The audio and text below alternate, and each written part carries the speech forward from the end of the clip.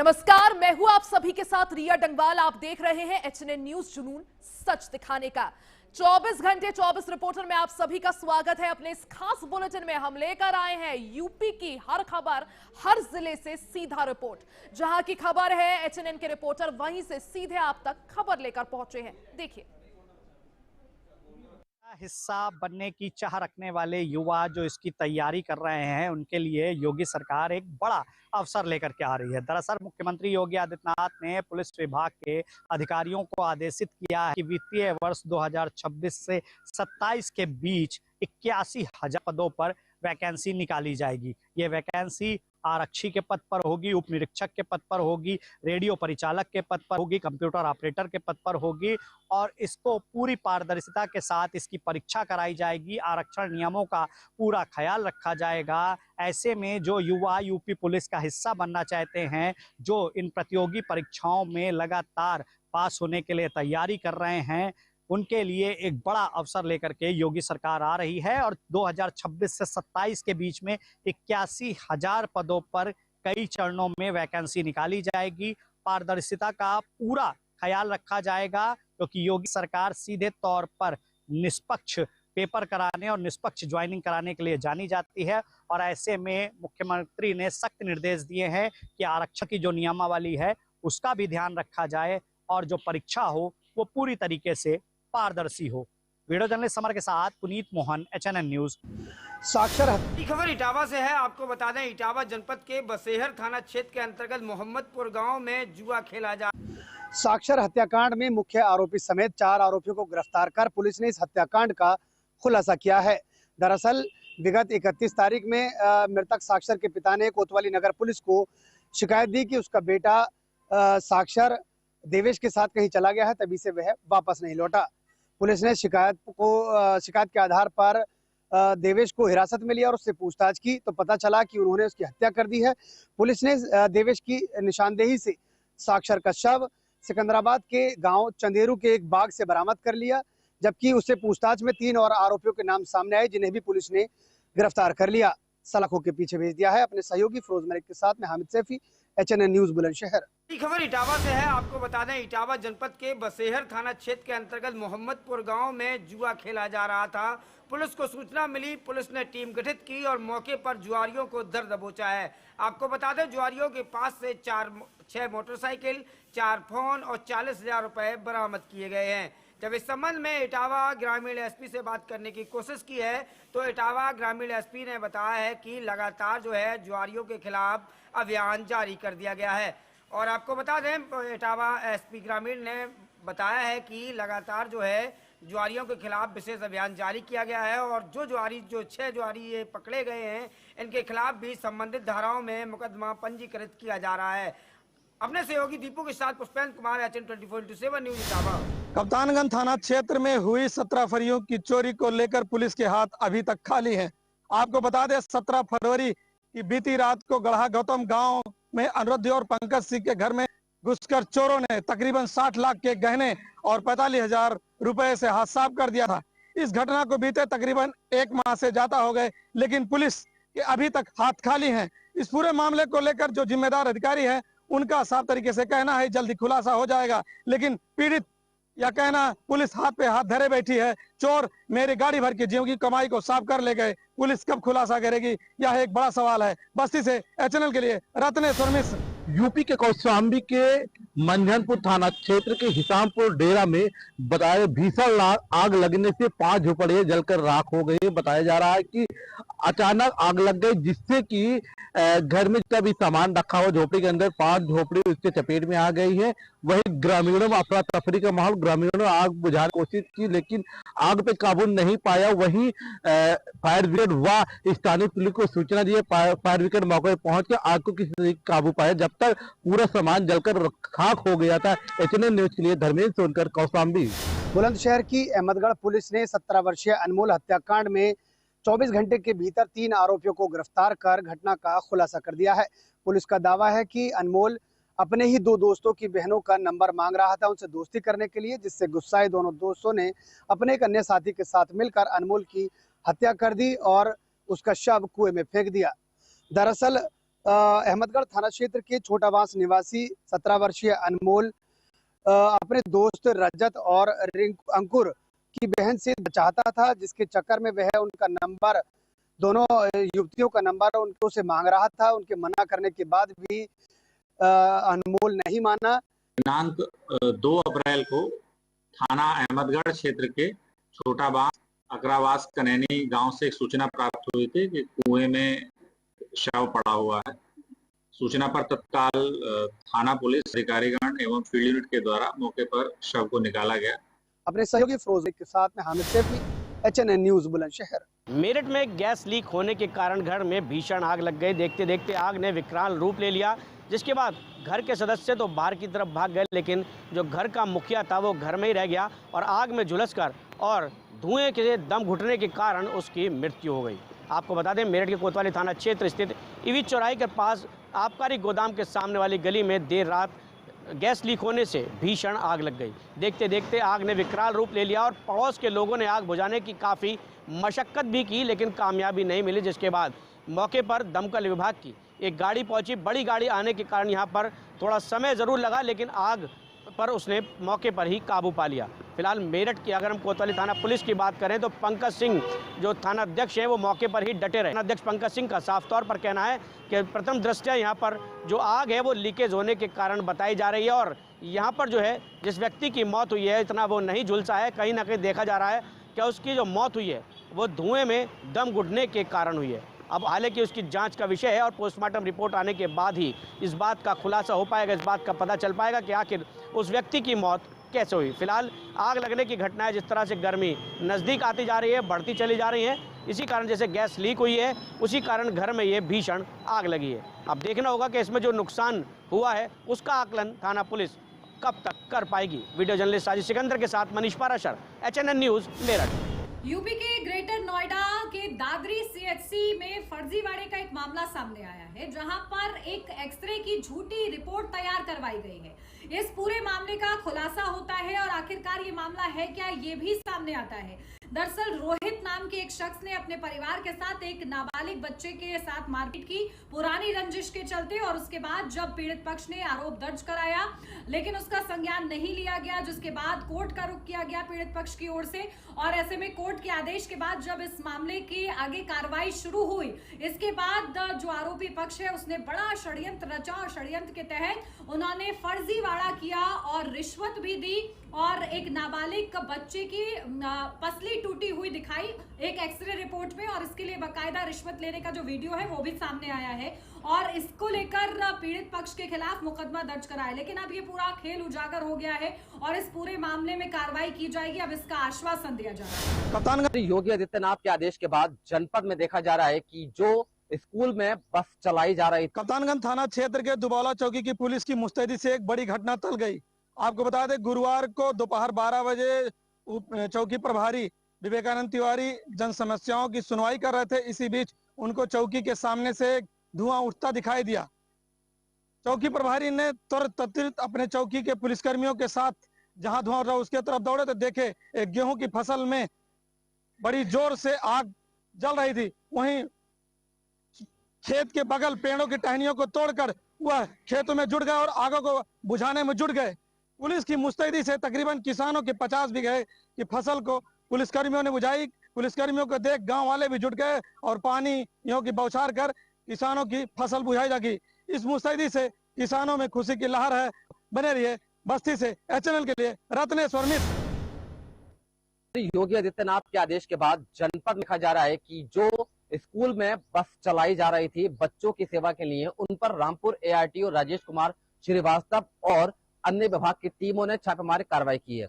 आपको बता दें 63 बसों को नोटिस जारी किया गया है और बताया जा रहा है उन 63 बसों की गंभीरता से जांच की गई है कि बिना फिटनेस के और बिना रिफ्लेक्टिंग टेप और अन्य चीजों के जो बसें जनपद रामपुर में दौड़ रही थी उन पर कार्रवाई का शिकंजा अब रामपुर RTO द्वारा कसा गया है। बताया जा रहा है कि 9 बसों को नोटिस जारी किया है जो बिना फिटनेस और बिना अभिलेख द्वारा चलाई जा रही थी, जिनका बताया जा रहा है कि जो कमियां पाई गई हैं, अनियमितताएं पाई गई हैं उन बसों पर उनको नोटिस जारी किया है। साथ ही साथ ये भी बता दूं आपको कि एक बस का संचालन बिल्कुल तरीके से बंद कर दिया गया है, उसमें काफी अनियमितताएं पाई गई थी। पीछे का शीशा भी टूटा बताया गया है और साथ ही साथ उसका संचालन बिल्कुल बंद कर दिया गया है। जो स्कूल की सेवा के लिए स्कूल में बस लगाई जाती हैं बच्चों को इधर से उधर विद्यालय में शिफ्ट करने के लिए और बच्चों को स्कूल में पहुंचाने के लिए, उनकी अब जिस तरीके से देखा गया है कि रामपुर में अब ताबड़तोड़ कार्रवाई इसमें देखने को मिली है और जो फिटनेस बिना करे और या खंडम बसें चलाए पाए जाते हैं स्कूल बसें, तो उनके खिलाफ भी कार्रवाई अमल में लाई जाएगी। विशाल सक्सेना, HNN 24/7 रामपुर। 24 घंटे 24 रिपोर्टर में वक्त हो चला है एक छोटे से ब्रेक का। फौरन वापस आएंगे, बने रहे हमारे साथ, देखते रहे HNN न्यूज, जुनून सच दिखाने का।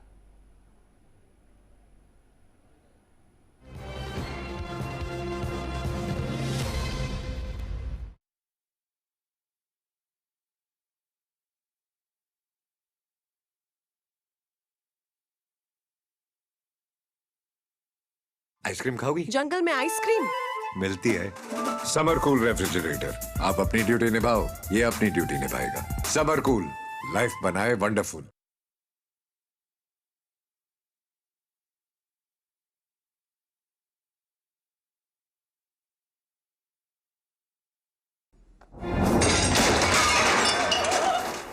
फर्श की टाइल्स को चेंज करो, बड़ी स्लिपरी हैं। थर्मोकूल वॉशिंग मशीन। थर्मोकूल, इंडिया का नया अंदाज।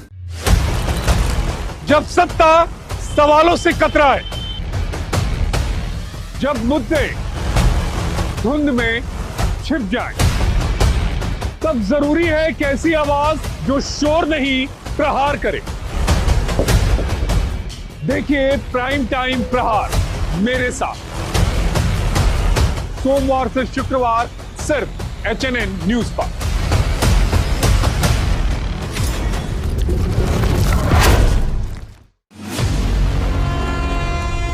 जहां हर सुबह के साथ उठते हैं नए सवाल,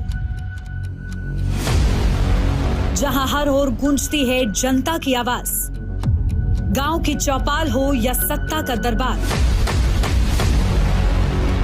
सियासी आग हो या रिश्तों का जहर, देश के सबसे बड़े सूबे की 5 बड़ी खबर। यूपी बोलता है HNN न्यूज पर सुबह 8 बजे।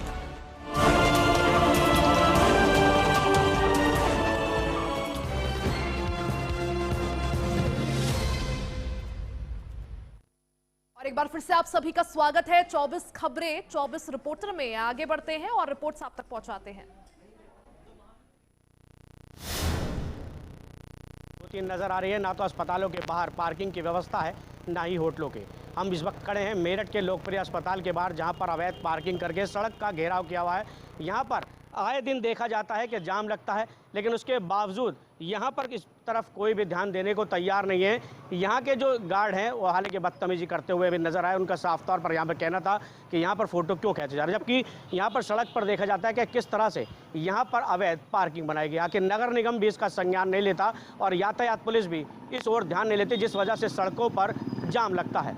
अब जो इस तरह की अवैध पार्किंग यहाँ पर हो रही है, उस पर आखिर कार्रवाई क्यों नहीं की जा रही, ये अपने आप में एक बड़ा सवाल है। अब देखना होगा कि आने वाले समय में नगर निगम और यातायात पुलिस लोकप्रिय अस्पताल के बाहर हो रही पार्किंग पर क्या बड़ी कार्रवाई करेगी। वीडियो जर्नलिस्ट आजिश सिकंदर के साथ Manish Parashar, HNN news Meerut.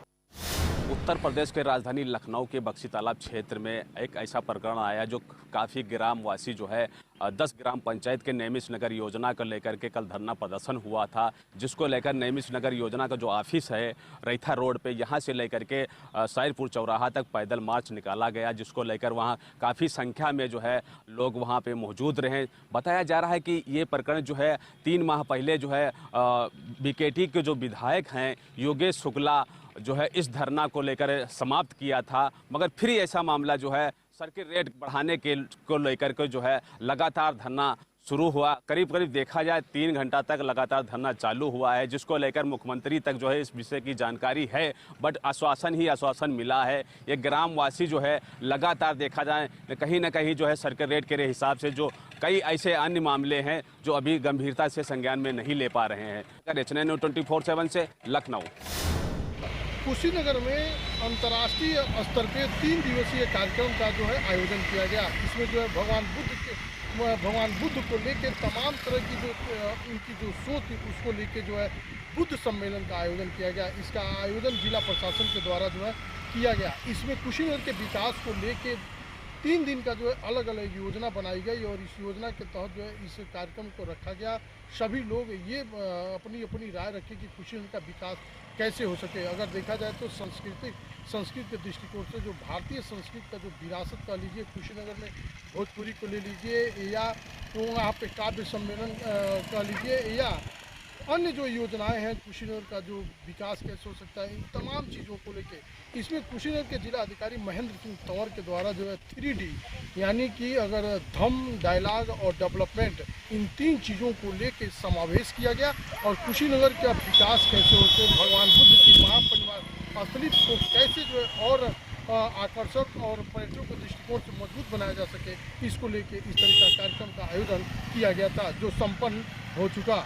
Shailendra Gupta, HN news, Kushinagar. Kushinagar में विद्युत एक्शन और टेस्टिंग एक्शन की इस तरीके की लापरवाही उजागर खुल के सामने आई है कि ये जो है आपदा में भी अपना अवसर तलाश लिए 22 तारीख के डेट में जो है ये आकाशीय बिजली गिरने का दावा करके 10 MB जिसकी लागत कम से कम 1,25,00,000 के समथिंग है, उसका बिल बना के जो है SDM से फर्जी हस्ताक्षर करवा के आगे अपने जो है विभाग में भेज दिए। जब ये मामला जो संज्ञान में आया, जब इसके बारे में जब खुल के सामने आया कि जब आकाशीय बिजली मार्च के महीने में गिरी नहीं तो ये फर्जी रिपोर्ट लगा के 10 MB का ट्रांसफार्मर बदलने का खेल कैसे कर दिया गया। जब ये मामला संज्ञान में आता है अधिकारियों के तो ये फाइल को वापस मंगा के पुनः जांच कर कार्रवाई करने की बात की जा रही है। ऐसे में देखा जाए कि जब टेस्टिंग एक्शन और जो है विद्युत एक्शन हो रही कि इस तरीके की लापरवाही और बड़े धन का गोलमाल करने का जो मामला सामने आता है तो ये कैसे जो है इसको बचाने के लिए आगे के कार्य में जुट जाते हैं। लेकिन अब देखना होगा कि ये कार्रवाई कब तक होती है और इन एक्शन के ऊपर कब जो है गंभीर धारा में मुकदमा दर्ज होता है। Shailendra Gupta, HN news, Kushinagar. परिसर में 2 अधिवक्ताओं के बीच में जम करके मारपीट हो गई है। मारपीट में जम करके लाठी डंडे भी चले हैं। आपको बता दें, अनूप कुमार एडवोकेट की सीट पर बैठने को लेकर के एक अधिवक्ता से जम करके विवाद हो गया। विवाद इतना बढ़ गया कि मामूली विवाद मारपीट में बदल गया।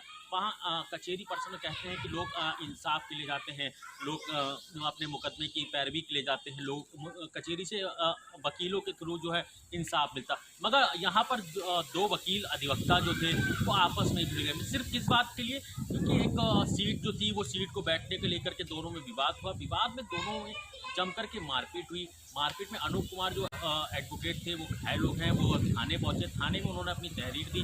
तहरीर में पुलिस ने जो है कार्रवाई करते हुए दूसरे पक्ष के अनूप त्रिवेदी, अनीत और कई लोगों के खिलाफ संगीन धाराओं में मुकदमा दर्ज करके जांच शुरू कर दी है। वीडियो जर्नलिस्ट लक्ष्य के साथ अंकित शर्मा, HNN, शाहजहांपुर। इस वक्त खड़े हम राजधानी लखनऊ के नगर निगम जोन 3 चुहियापुर चौराहे पे, जो आपको साफ दिखाते चले कि नगर निगम की किस तरह से लापरवाही उजागर हो रही है। आप कहते हैं जंपिंग जो हाउस बना हुआ है उसके बावजूद भी नगर निगम से जो गाड़ियां आ रही हैं कूड़ा डालने के लिए, प्राइवेट और सरकारी दोनों किस तरह से रोड पे बीचों बीच में पड़ा हुआ है, जिससे आने जाने वालों को कितनी समस्या का सामना करना पड़ रहा है और लगातार जिससे आए दिन की बीमारियां फैल रही हैं। उसको भी रोकते हुए अभी तक अधिकारी सोए हुए हैं और इनके जितने भी वादे हैं वो खाली कागज पे ही रहते हैं। जमीनी पर अगर देखा जाए तो ये बिल्कुल ही जीरो है। आपको बताते चले कि नगर निगम जोन 3 के अंतर्गत ऐसे कई जगह इस तरह से है जहां पर कूड़े का पूरा जो है ढेर बना दिया गया है। रोड पे बीचों बीच में आने जाने वालों को समस्या का सामना भी करना पड़ता है। उसके बाद कई जनता वासियों ने यहाँ पर कई बार कंप्लेन भी की, उसके बावजूद भी अभी तक कोई भी कार्रवाई इस पर नहीं की जाती है। HNN न्यूज़ से दीपक सिंह और लखनऊ। गोंडा जिले में एक ऐसी दिल दहलाने वाली घटना सामने आई जहां पर पारिवारिक कलह के चलते एक औरत नदी में 2 बच्चों के साथ कूद गई। पूरा मामला गोंडा जिला के थाना खोड़ारी क्षेत्र का है, जहां पारिवारिक कलह के कारण पति पत्नी में आए दिन लड़ाई होते रहते थे, जिसकी वजह से वो पत्नी अपने 2 बच्चों के साथ, एक 1.5 वर्षीय दूसरा 4 वर्षीय बेटे के साथ नदी में लेकर कूद गई। पहले तो उसने अपने 1.5 वर्षीय बच्ची को पानी में फेंक दिया, जो कि तेज बहाव के कारण वो नदी में बह गई और दूसरे बच्चे को वो साथ अपने गोद में लेकर कूदी। तब तक आसपास वाले लोगों ने देखा, जिससे उसके जान बचाने के लिए आसपास के लोग नदी में कूद गए। इसके बाद से उन दोनों को तो साथ निकाल लिया गया, लेकिन वो छोटी बच्ची तो तेज बहाव के कारण बह गई थी। उन दोनों को ले जाकर हॉस्पिटल में एडमिट कराया गया, जहाँ पर उसका इलाज चल रहा है। HNN न्यूज़ के लिए आशीष श्रीवास्तव, गोंडा। 24 घंटे 24 रिपोर्टर में फिलहाल के लिए बस इतना ही। बने रहे हमारे साथ, देखते रहे HNN न्यूज़, जुनून सच दिखाने का।